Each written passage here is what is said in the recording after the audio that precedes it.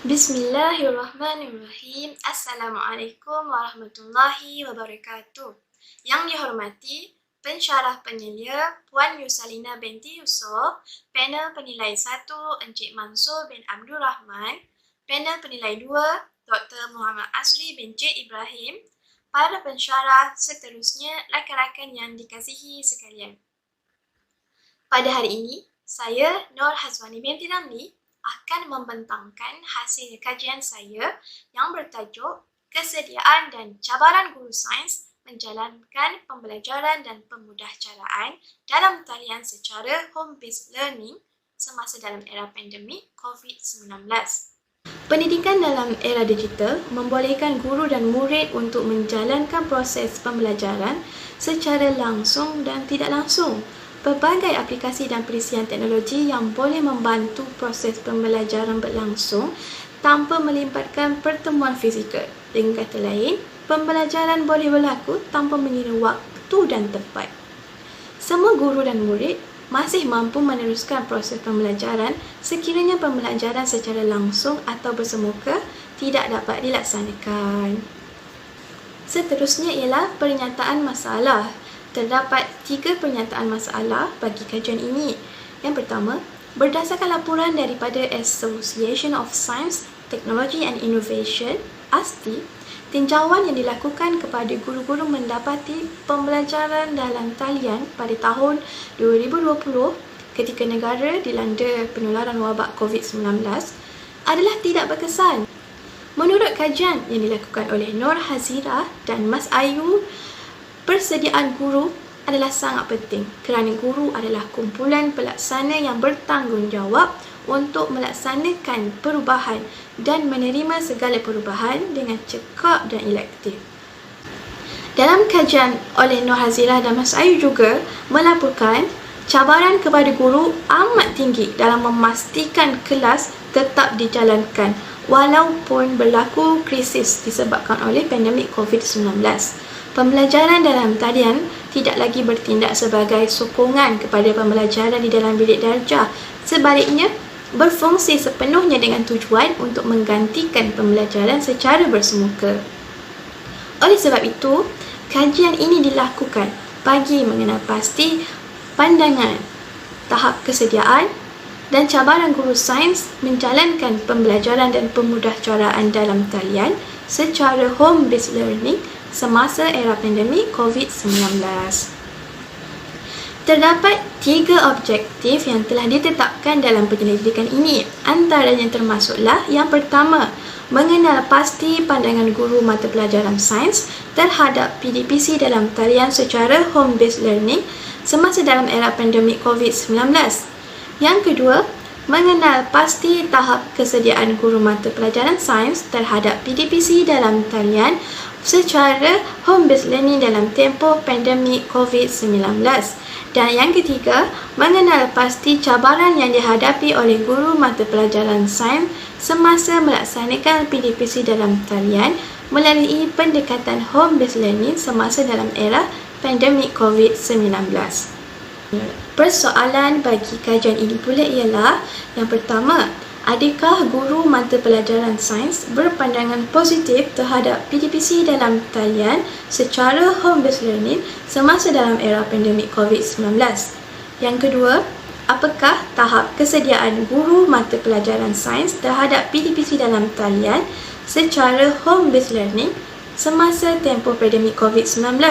Dan yang ketiga, adakah pelaksanaan PDPC dalam talian secara home-based learning semasa dalam era pandemik COVID-19 mencabar kepada guru mata pelajaran sains? Seterusnya ialah kerangka konseptual. Berdasarkan kepada Rajah 1, terdapat 3 pemboleh ubah tidak bersandar iaitu pandangan guru, kesediaan guru dan cabaran guru. Pemboleh ubah bersandar pula ialah pembelajaran dan pemudahcaraan dalam talian secara home-based learning. Seterusnya ialah tinjauan literatur. Kajian ini telah mengambil kira teori kesediaan Thorndike 1913. Menurut Thorndike mengatakan bahawa persediaan awal merupakan perkara penting untuk mencapai matlamat atau objektif sesuatu tindakan. Maka, kesediaan guru dalam PDPC membantu murid untuk mempersiapkan diri dari segi kognitif, psikomotor dan efektif. Berdasarkan teori ini, saya ingin mengenal pasti sejauh mana tahap kesediaan guru dalam melaksanakan PDPC dalam talian secara home-based learning semasa dalam tempoh pandemik baru-baru ini. Seterusnya ialah saya akan membentangkan metodologi kajian ini. Kajian ini merupakan kajian kuantitatif yang menggunakan kaedah kajian tinjauan melalui soal selidik. Kaedah tinjauan ini dijalankan di 31 buah sekolah rendah di sekitar daerah Kuala Nerus, Terengganu dan melibatkan seramai 60 orang responden. Sampel dipilih menggunakan kaedah persampelan lawak mudah daripada 75 orang populasi guru sains di daerah Kuala Nerus. Berdasarkan penentuan saiz sampel Kirchie and Morgan, cadangan bilangan sampel bagi populasi berjumlah 75 orang adalah sebanyak 63 orang. Proses penganalisisan data kajian ini adalah secara analisis deskriptif yang mengambil kira nilai skor min, sisihan piawai dan juga peratusan. Bagi kesahan kajian, instrumen kajian yang digunakan telah mendapat pengesahan daripada 2 orang panel pakar. Instrumen kajian ini juga diadaptasi dan diolah daripada kajian pandangan guru terhadap pembelajaran dalam talian melalui pendekatan home-based learning semasa tempoh pandemik COVID-19 oleh Siti Nobaizura dan Nur Faradila. Instrumen kajian ini terdiri daripada 4 bahagian A, B, C dan D. Bahagian A ialah mengenai maklumat demografi, bahagian B ialah pandangan guru, bahagian C ialah kesediaan guru dan bahagian D ialah cabaran guru. Jumlah keseluruhan item ialah sebanyak 22 item.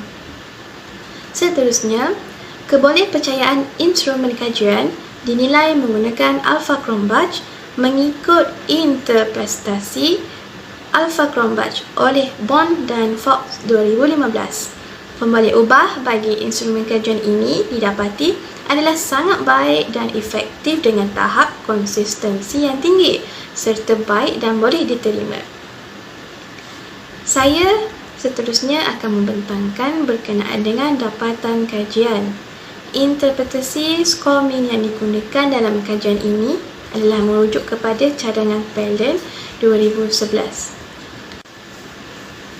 Secara keseluruhannya, bagi aspek pandangan guru, nilai skor min ialah 3.14 dengan nilai sisihan piawainya 0.564. Bagi kesediaan guru, nilai skor minnya ialah 3.55 dengan sisihan piawai 0.541.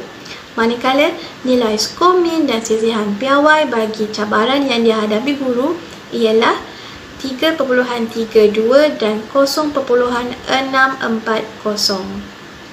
Bagi menjawab persoalan kajian yang pertama, iaitu adakah guru mata pelajaran sains berpandangan positif terhadap PDPC dalam talian melalui pendekatan home-based learning semasa dalam era pandemik COVID-19.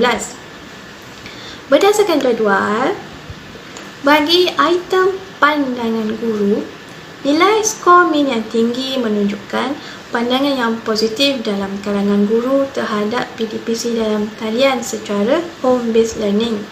Manakala nilai skor min yang rendah bermaksud guru berpandangan negatif terhadap pembelajaran dan pemudahcaraan dalam talian secara home-based learning. Jika kita lihat dalam jadual, analisis data menunjukkan nilai skor min bagi pandangan guru adalah pada tahap sederhana.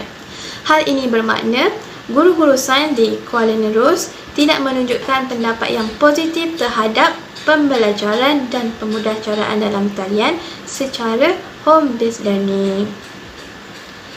Seterusnya, bagi item pandangan guru, nilai skor min tertinggi ialah 3.49 pada item B5. Pembelajaran dalam talian memudahkan guru sains menghantar tugasan kepada pelajar manakala nilai skor min paling rendah iaitu 2.52 pada item B6.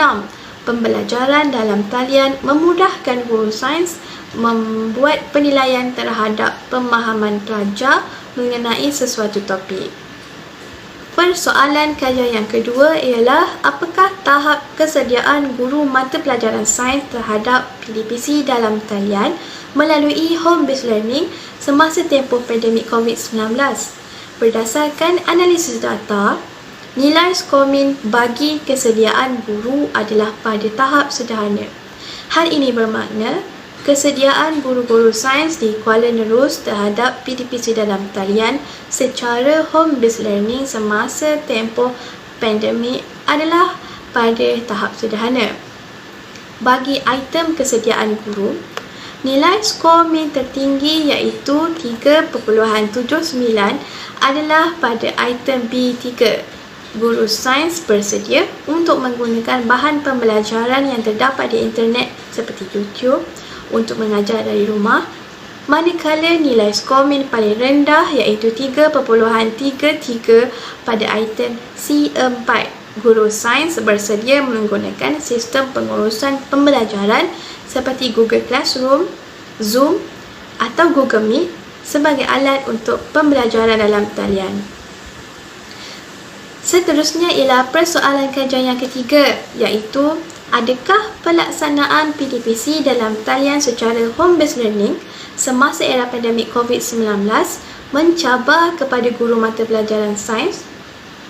Bagi item cabaran guru, nilai skor min yang tinggi menunjukkan PDPC dalam talian secara home-based learning adalah mencabar buat guru sains. Manakala nilai skor min yang rendah bermaksud pelaksanaan PDPC dalam talian secara home-based learning adalah tidak mencabar kepada guru sains.